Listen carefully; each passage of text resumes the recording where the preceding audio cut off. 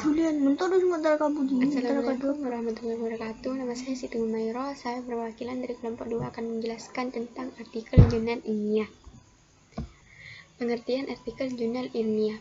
Artikel dalam Kamus Bahasa Indonesia didefinisikan sebagai karya tulis lengkap di media massa seperti surat kabar, majalah, tabloid, dan sebagainya.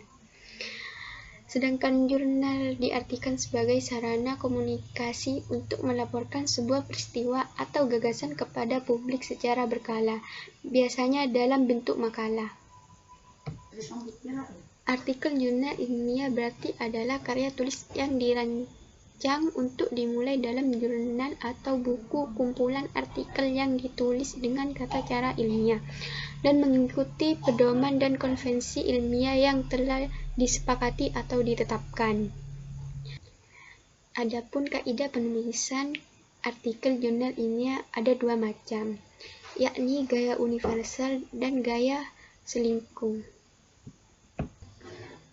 Gaya universal yakni tata tulis artikel yang bersifat universal dalam konteks Indonesia, mengacu pada penggunaan ragam bahasa Indonesia. Ini karya tulis yang baku.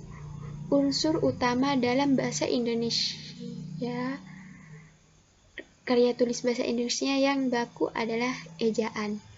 Ejaan dalam penyampaian ide atau gagasan seseorang secara tertulis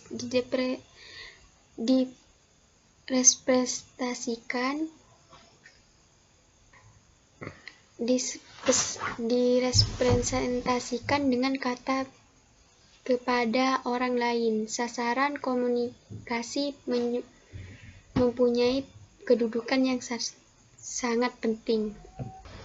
Sedangkan gaya selingkuh yakni gaya yang merupakan salah satu penciri kepribadian dan jati diri suatu berkala. Gaya ini tumbuh dan berkembang dalam suatu rentang waktu dan menjadi matang. Setelah kematangannya, memapankan diri dan bersifat dinamis. Sistematika penulisan artikel jurnal ilmiah ada 3 macam. 1. Artikel hasil penelitian yang berdiri dari judul, nama penulis, sponsor atau opinional, abstrak dan kata kunci, pendahuluan, metode, hasil pembahasan, kesimpulan, dan sarana daftar pustaka. 2. Artikel non-penelitian yang berdiri dari judul, nama penulis, sponsor, abstrak dan kata kunci, pendahuluan, bagian inti, penutup, dan daftar pustaka. Cara menunjukkan kutipan. Kutipan kurang dari 40 kata. Kutipan yang berisi kurang dari 40 kata ditulis di antara tanda kutip sebagai bagian yang terpadu dalam teks utama dan diikuti nama pengarang, tahun, dan nomor halaman. Kutipan 40 kata atau lebih.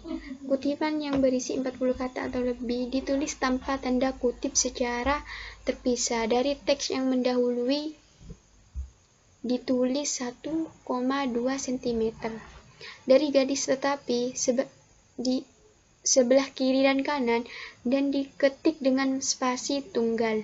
Nomor halaman juga harus ditulis. Yang ketiga, kutipan tidak langsung.